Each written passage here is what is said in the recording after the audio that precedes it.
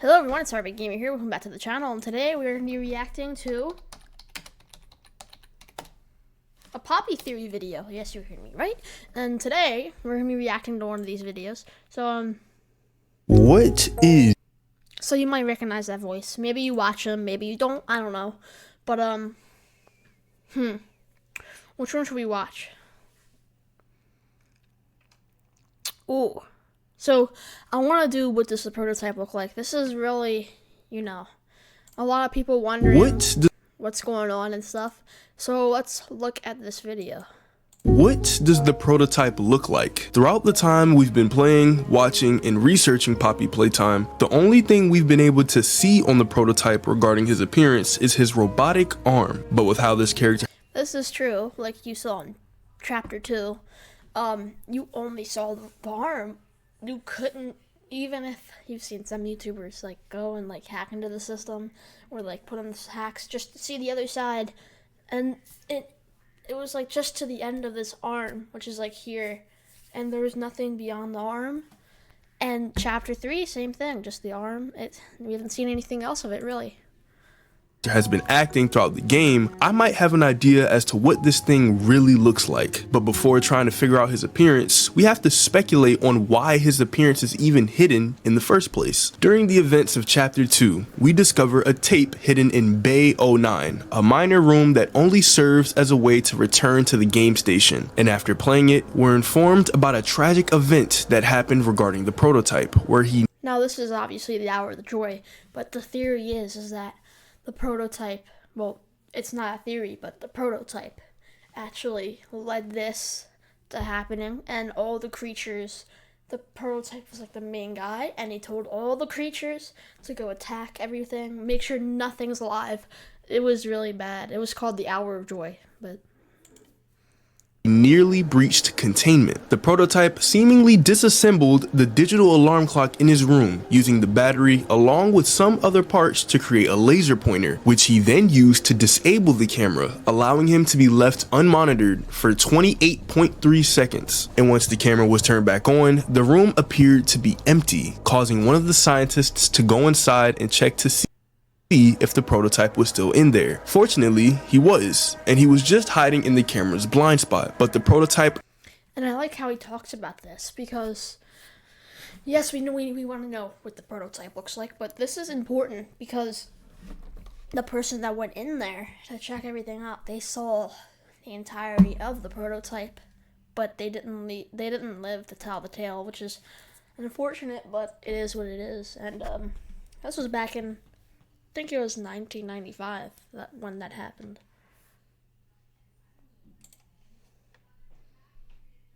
So, took this opportunity to run past the scientist and try to escape through the open door. Luckily, another scientist outside of the containment room was able to remotely shut the door before the prototype could escape. However, the scientist who went in to investigate was still in the room, which resulted in the prototype killing them. Now, this clearly shows how dangerous this experiment is, and it explains why we're having so much trouble with him. But there's only one thing that sticks out to me. The prototype has been said to have unparalleled intelligence, and this is proven by his ability to create a laser pointer powerful enough to disable the camera that was supposed to monitor him, which means that it's likely that he applied these skills into other areas, one of those areas being himself. Now, even though we've just seen the prototype's arm, I'm led to believe that this thing already has some type of endoskeleton to help him move around.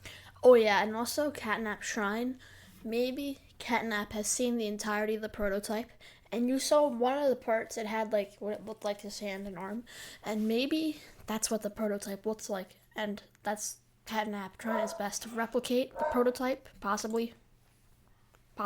Throughout the building. Think about it like one of those endoskeletons from Five Nights at Freddy's. The only difference, however, is that his body doesn't allow him to enact on whatever grand scheme he has, which is why the other toys do it for him. Now, with all of the events going on in all 3 chapters, we know that not every toy is on the prototype side, but the ones who aren't can still be aggressive and have killing intent.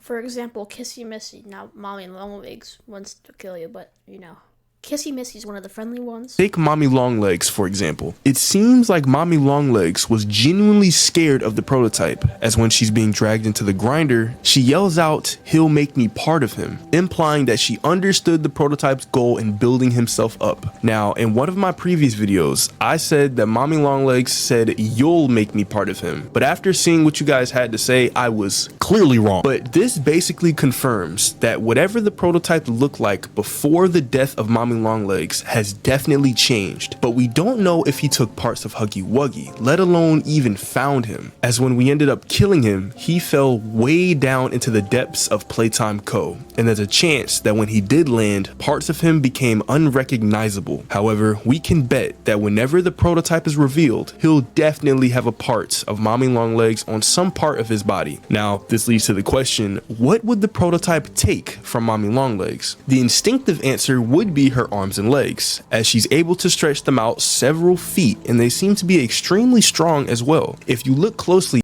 I definitely agree to that. Like, look at this. Watch her. at the Hour of Joy, you can see that multiple staff She grabs multiple staff members at the exact same time.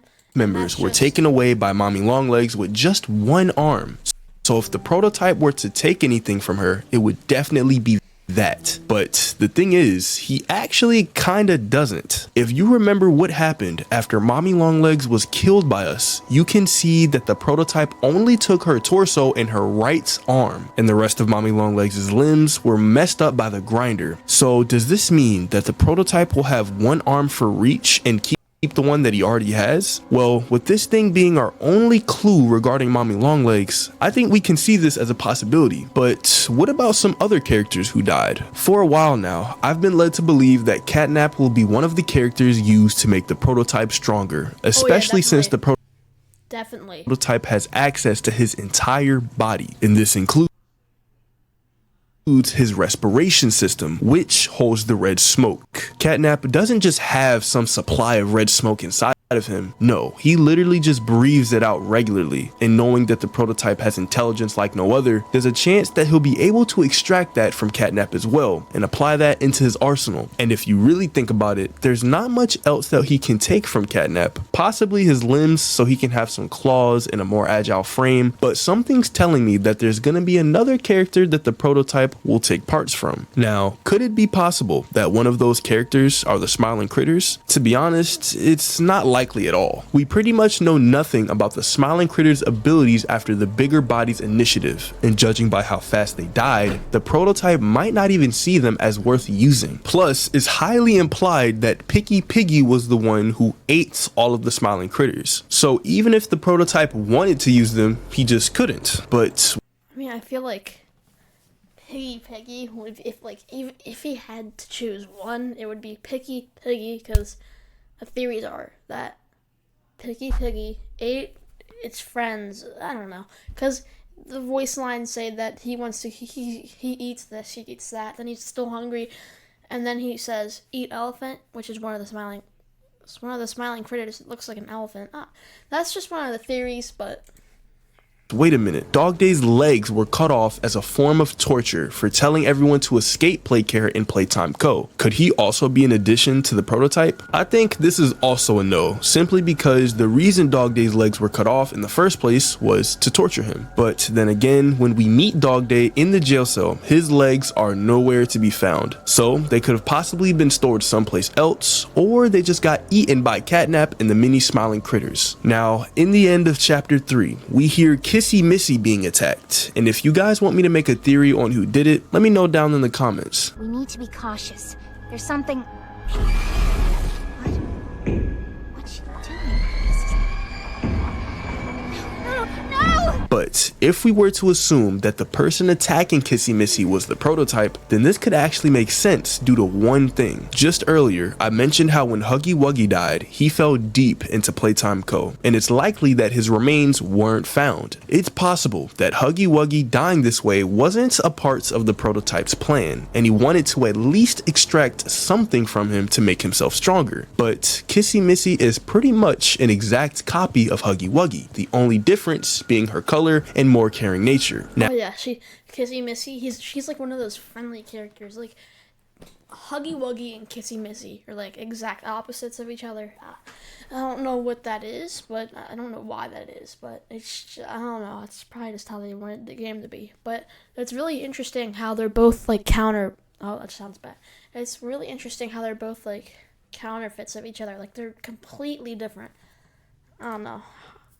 Now, yes, this is a possibility, but if this were to happen, what would the prototype even take from Kissy Missy? Well, the only useful thing that the prototype can take is her mouth, as it has dozens of jagged needle-like teeth, and it could serve as an effective weapon for if he needs to kill anyone else. Another character that we can put on this list is Miss Delight, but to be honest, there aren't really any redeeming parts on her that the prototype will see as useful. Even her weapon can be seen as useless, as the prototype already has a claw capable of killing the other toys with ease. Plus, it's literally just a bunch of sharpened colored pencils all attached to some random brain. We can also take Bunzo Bunny off the list because 1, he has nothing going for him, and 2, he was killed by Mommy Longlegs. And after being killed, his body is nowhere to be found, so he was probably eaten. But now, with everything laid out on the table, it's time to speculate on how the prototype actually looks following the events of Chapter 3. And the main thing that we're going to be using to help us is Catnap's shrine. Before entering in,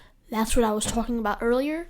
Dude, that shrine, I'm telling you, like, see, there's like the claw over there, not Catnap's hand, but like, see over there, it comes down right there, it goes up. So I think Catnap has seen the entirety of the prototype, and he's trying to recreate it, like he's like a piece of art, like he's trying to redraw someone, basically. So I think that's getting there, so we have a clue of what this big thing actually looks like. Into the playhouse, we can see Catnap praying to this weird amalgamation of toys, and after finally getting back to the center of Playcare, Ollie lets us know that Catnap made it for the prototype. But there's something that Ollie said that stuck out to me. Have a listen. If you thought that was terrifying, just wait until you see the real thing. Does this mean that Catnap and Ollie has seen the prototype? Ollie saying this basically means that Catnap was trying his best to make a statue of the prototype, and the statue that he made pales in comparison to how freaky the prototype's actual appearance is. So if we were to use this as our base for how the prototype looks, let's start inspecting the shrine itself. For starters, it looks like Catnap found a part of Mommy Longlegs, as you can see her arm and hand on the statue, and I'm guessing that this entire extension on the right is supposed to serve as the prototype's arm, and everything else is just adding on top of his exoskeleton. And for some reason, you can also see the skeleton of a worker sticking out of the mouth of PJ Pugapillar. Now, I'm not sure if the prototype will have the bodies of his victims, but we'll just have to see. But one thing that does stick out to me is the fact that some of the mini smiling critters are here. I thought that all of them were still alive because they joined sides with Catnap in the prototype to avoid death. At this point, everything is just a mess, but one thing we can know for sure is that we will see some recognizable parts on the prototype once he's done with whatever plan he has. But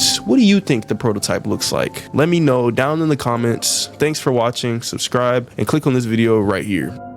Yeah, make sure to like and subscribe if you guys liked that, and we're gonna be doing more reaction videos like this to this Poppy Theory guy. I like him, he does good videos, and I hope you